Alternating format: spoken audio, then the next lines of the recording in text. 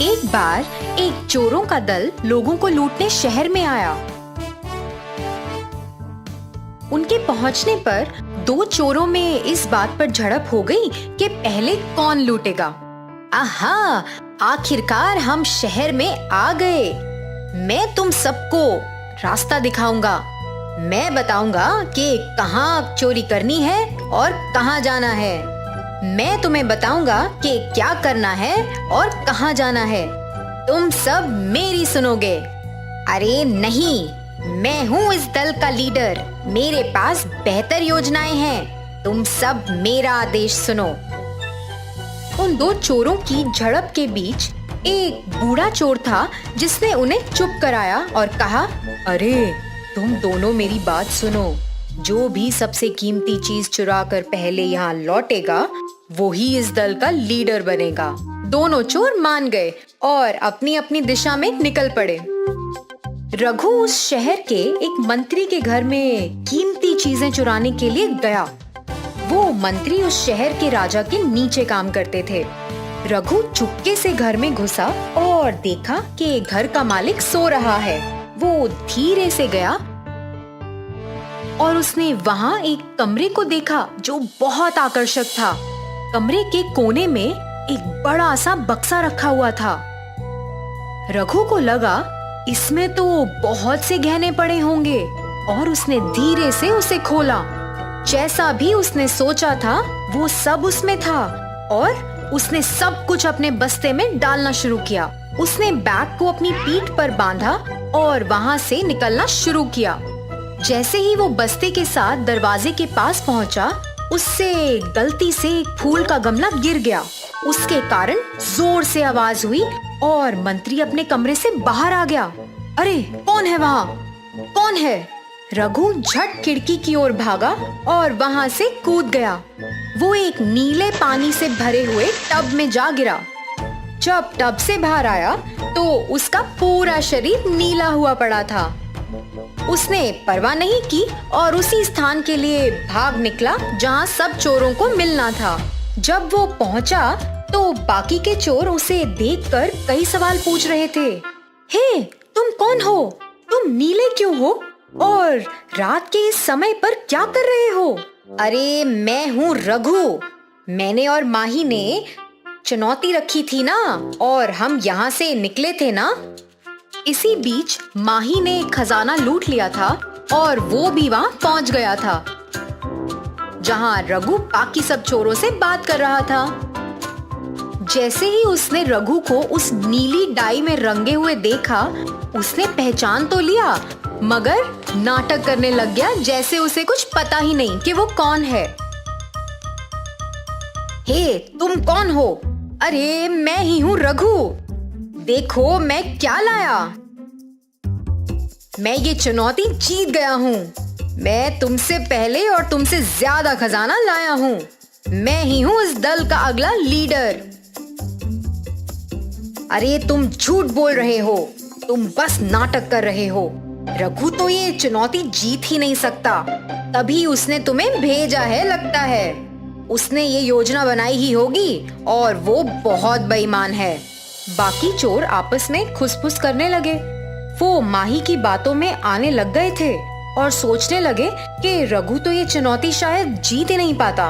उन्हें लगा ये सब एक योजना है। अरे नहीं नहीं यारों, मैं कोई और बनने का नाटक क्यों करूँगा? क्या तुम मुझे या मेरी आवाज को पहचान नहीं पा रहे हो? माही चुप था और उसे नहीं पता था कि क्या बोलना है। कुछ देर में आसपास लोग इकट्ठा होने लग गए। तभी सिपाहियों को इसके बारे में पता चला और वो भी पहुंच गए। उन्होंने इन चोरों को यहाँ पहले कभी नहीं देखा था और उन्हें भी नहीं पता था कि क्या हो रहा है। तुम दोनों कौन हो और रात के इस समय में क्या बहस हो रही है? अभी मेरे साथ राजा के घर चलो। हाँ हाँ चलो, मुझे वहाँ ही इंसाफ मिलेगा। मैं भी आऊंगा। मैं राजा को सब बताऊंगा और उनकी सलाह भी लूंगा। सिपाही और चोर राजा के महल में पधारे। सिपाही ने राजा को प्रणाम किया। ओ राजा जी, हमने शहर की सरहद में इन लोगों को इस समय लड़ते हुए पाया। हमें इन पर शक है तो आपके सामने पेश कर रहे हैं। राम कहाँ है? फिर राजा जी बोले, रामा कहाँ है? उसे अभी यहाँ हाजिर होने को बोलो। राजा ने बस ये बोला ही था कि रामा वहाँ हाजिर हो गया। प्रणाम मेरे राजा। अच्छा, तो ये लोग जो सरहद पर लड़ रहे थे यहाँ आ चुके हैं। रामा माही और रघु को घूर रहा था। तुम पूरे नीले क्यों हो? रघु सोच में पड़ गया कि क्या उत्तर देना चाहिए। मैंने तुमसे कुछ पूछा, बताओ क्या हुआ?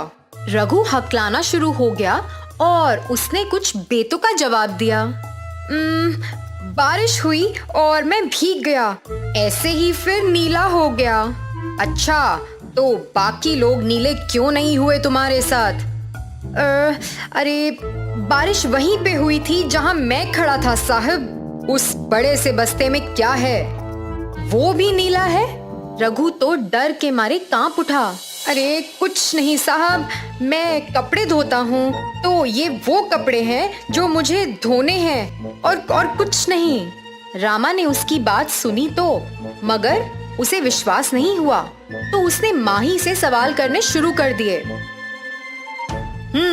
अब तुम बताओ, क्यों बहस कर रहे थे? साहब आपने तो मुझे इंसाफ साहब आप ही हैं जो मुझे इंसाफ दिला सकते हैं। मेरे और मेरे दोस्त रघु के बीच एक चुनौती रखी थी, मगर मुझे नहीं पता कि ये कौन है। मेरा दोस्त रघु यहाँ नहीं है और ये आदमी झूठ बोल रहा है कि यही रघु है। राजा जी, जिस आदमी ने मंत्री के घर चोरी की है वो ये नीले रंग में रंगा हुआ है। चुनौती ये थी कि जो भी इनमें से सबसे कीमती चीज सबसे पहले लूटेगा वो इनके दल का सरदार बनेगा।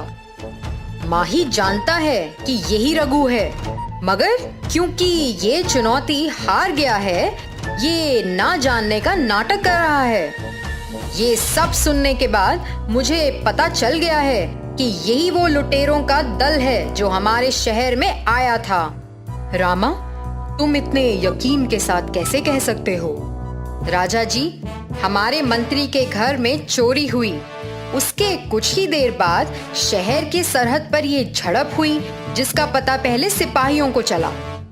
ये ही नहीं, जो आदमी नीली डाई से रंगा हुआ है उसकी पीठ पर एक बड़ा सा बस्ता है, तो इससे यही पता चलता है इसी ने मंत्री के घर से चोरी की है और मंत्री जी का कपड़ों को रंगने का काम है, तो मैं यकीन के साथ कह सकता हूँ कि यही चोर है।